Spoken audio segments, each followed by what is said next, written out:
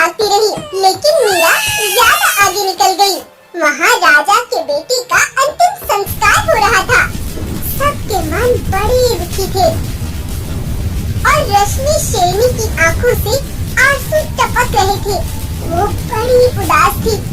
सफेद कपड़ों में तिलक लगाकर वो अपने बेटे के लिए प्रार्थना कर रहे थे। बेटे का अंतिम संस्कार करने के बाद राजा और रश्मि शेरनी और बाकी सभी जानवर वहाँ से जा ही रहे होते हैं। तभी गोरी बाघिन रोती हुई मीरा के पीछे आती है। मेरे हाल पर रहम करो, मेरा बच्चा मुझे वापस लौटा दो, मैं मर जाऊंगी इसके बिना। मेरा बच्चा, मेरा बेटा मुझे वापस लौटा दो। ये आवाज सुनकर रश्मि शेरनी और राजा दोनों उनके पास आते हैं। क्या मसला है तुम्हारा? क्यों झगड़ रही हो? क्षमा करना महाराज, मैं ऐसे वक्त पर आपको अपनी पीड़ा सुना रही हूँ, लेकिन ये गोरी बाघिन 1 घंटे से मेरा पीछा कर रही है और मेरे बेटे को अपना बच्चा बता रही है। आप ही से समझाएं, ये हमारा पीछा छोड़ दे महाराज। नहीं नहीं महाराज, ये झूठी है। अपना ड्रामा दिखाकर ये मेरे बेटे को मुझसे छीनना चाहती है। ये मेरा ही बेटा है महाराज, इससे कहो मेरा बेटा मुझे वापस कर दे। कौन झूठा है और कौन सच्चा है, इस बात का फैसला तो अब गुफा पर जाकर ही होगा। चलो दोनों मेरे साथ। तब राजा, रश्मि और दोनों बाघिन उनके घर ही आ गए। तभी राजा ने वहाँ पर एक ज्ञानी भालू को बुलवाया, जिसे असली और नकली की बड़ी पहचान थी, और उसे सारा किस्सा शुरू से समझाया। ठीक है, इस बात का फैसला अभी हो जाएगा। ये बच्चा गोरी का है या मीरा का? गोरी, तुम बताओ क्या हुआ था? मेरे पति एक युद्ध में शहीद हो गए थे। तब से मैं अपने छोटे बेटे को गुफा के अंदर ही छोड़कर पास की फैक्ट्री में काम करने चली जाती थी। लेकिन आज सुबह मैं अचानक जब घर आई तो ये मेरे बेटे को लेकर भाग रही थी। मैं इसका पीछा कर रही थी, लेकिन इसने मुझे मेरे बेटे को नहीं दिया। नहीं महाराज, ये सच नहीं है। अब इसका कोई बेटा नहीं है महाराज। दरअसल सालों पहले इसका बेटा मर गया था, जिसके गम में ये पागल हो गई थी और अजीब अजीब हरकतें करती थी और सबको अपना बेटा बताती थी। एक बार मैं अपने बच्चे को झूले में झुला रही थी, तभी ये मेरे पास आई। अरे तुम्हारा बेटा कितना सुंदर है, मेरा तो गला सूख रहा है। बहन, क्या मुझे पानी पीने को मिलेगा? हाँ हाँ, क्यों नहीं, मैं अभी लाती हूँ, बस तुम रुको। मैं अपने बेटे को छोड़कर गुफा से इसके लिए पानी लेने चली गई और ये मेरे बच्चे को उठाकर वहाँ से भागने लगी। मैंने जब इसे देखा तो मैं पीछे भागी और अपने बच्चे को इससे ले लिया और ये हमारे पीछे भागने लगी और ये मेरा ही बेटा है महाराज। तुम दोनों की कहानी बहुत विश्वसनीय है, लेकिन सच्चाई का पता करने के लिए तुम्हें ये बच्चा मुझे सौंपना होगा।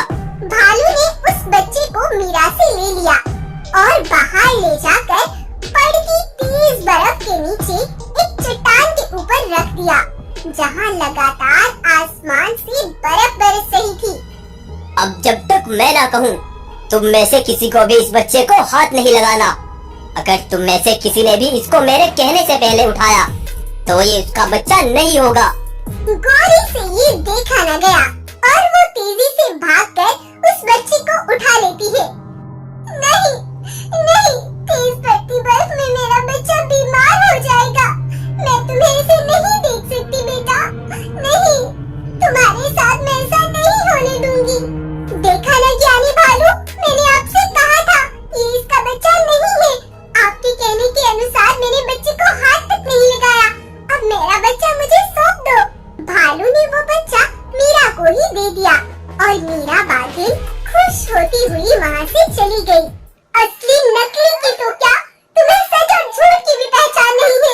मैं भी किसी की माँ थी, ममता का दर्द मैं बहुत अच्छे से समझ सकती हूँ। जब तुमने उसके बेटे को दुख दिया तो गोरी बाघिन की ममता बाहर आ गई और वो खुद को रोक न पाई और तुमने उसी का बेटा दूसरी बाघिन को सौंप दिया। ये तुम कैसे कर सकते हो? ये तो मैं उसी पल समझ गया था, जब गोरी ने आगे बढ़कर अपने बच्चे को उठाया था। इन दोनों की दर्द भरी आवाज से कोई नहीं पहचान सकता था कि बच्चे की असली माँ कौन है। इसीलिए मैंने बच्चे को तेज बढ़ती बर्फ में डालने का फैसला किया था और वो शर्त भी जानबूझ कर रखी थी। मैं जानता था असली ममता किसी शर्त को नहीं मानती। तो फिर तुमने उसे क्यों जाने दिया भालू? ताकि हम उसका पीछा कर सके कि आखिर वो उस बच्चे को कहाँ ले जाती है और उसके साथ क्या करती है। रश्मि, राजा, गोरी और भालू चारों उसका पीछा करते करते चल दिए। मीरा उस बच्चे को लेकर एक गुफा में गई, जहाँ से नन्हे बच्चों के रोने की आवाजें आ रही थी। ये लो सरताज, इस बच्चे को यहाँ तक लाने के लिए मुझे बड़ी मेहनत लगी है। बड़ी मनगढ़ंत कहानियाँ बनाकर मैंने सबको अपनी बातों में उलझा दिया था। अब मुझे इसकी कीमत दुगनी चाहिए महाराज। चिंता मत करो मीरा, जल्द ही हम इस बच्चे को बेचकर इसकी बड़ी कीमत लेने वाले हैं। उसमें से मैं तुम्हें पैसे दे दूंगा। रश्मि और राजा उनकी ये बातें सुन सुनकर बड़े हैरान थे। हमारे पास ये कुल 25 बच्चे हो गए हैं। अब इन बच्चों को हम उन अमीर जानवरों को बेचेंगे जिनके यहाँ औलाद नहीं है और उनसे अच्छी खासी कीमत लेंगे। तभी तुम्हें अपने काम की कीमत मिलेगी। तो तुम्हें लगता है कि तुम अपने मकसद में कामयाब हो गई थी, लेकिन तुम सबको बेवकूफ नहीं बना सकती। मुझे तुम पर पहले ही शक था। तुम्हारी तह तक पहुंचने के लिए तुम्हें मैंने जाने दिया था, लेकिन अब तुम दोनों को कोई नहीं बचा सकता। तरह से भालू की होशियारी और राजा के डर से मीरा बागिन और उसके साथी सरताज चीता ने उन बच्चों को उन सब के घर तक पहुंचा दिया और उन दोनों को राजा ने कई सालों के लिए काली घाटी की जेल में डाल दिया, क्योंकि उन्होंने कोई छोटा काम नहीं किया था। गोरी ने अपना बेटा पा लिया और सबके बिछड़े बिछड़े बच्चे भी उनके माँ बाप को मिल गए। तो दोस्तों, ये कहानी आपको कैसी लगी हमें कमेंट करके जरूर बताएं। कहानी अगर आपको पसंद आई है तो उसको लाइक करना, शेयर करना और चैनल को सब्सक्राइब